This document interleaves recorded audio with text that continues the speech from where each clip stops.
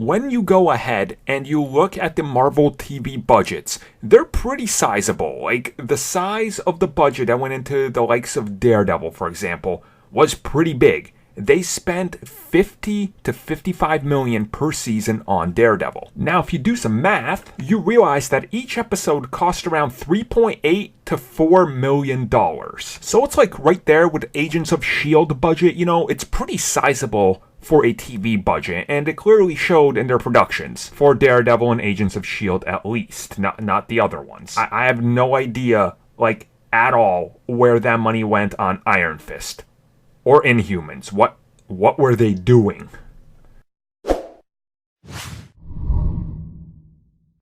And as always, before we get into this, thank you guys for watching. Like, subscribe, smash that notification button, and also check out the channel memberships. Okay, so you're looking at a budget of $4 million an episode, and that's pretty good. That's really on the high end for a lot of stuff. Considering a lot of TV shows, like the CW ones, they're much cheaper than that. And obviously you can see some of that, especially in the special effects department, right? But Marvel doesn't tend to go on the cheap, and this is something that's, of course, changing with Disney Plus especially. So we recently found out that every single episode of an MCU TV series is going to have a budget of $20 to $30 million. Now, this is for 40 to 50 minutes of footage. Now, compare that to the likes of, Runaways, Agents of S.H.I.E.L.D. They peaked when they had Ghost Rider on there. Like Daredevil, for example. You're looking at half of a season's worth of one of those shows. All that money for just one episode of a Disney Plus series. So that should put into perspective, I think, how they're approaching the new wave of MCU shows, and it's obviously Kevin Feige.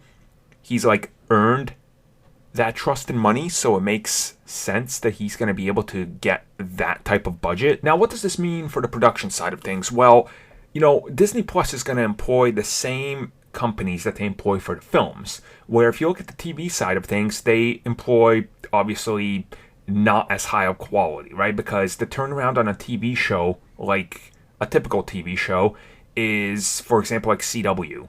They're usually shooting about 7 to 8 weeks before the episode is out. So that's why some of the special effects look cheaper. When you look at the MCU, they're going to be shooting some of these shows a year to a year and a half out. So they are putting the same amount of post-production time and the same visual flair. They're going to Industrial Light and Magic.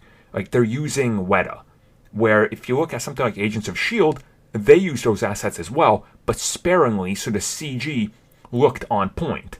And then you look at something like the Runaways, you're like, okay, well, they don't need as much, but it's just kind of indicative of how the industry is changing and why Marvel TV is shifting focus to Marvel Studios, because spend high to make huge amounts of money back.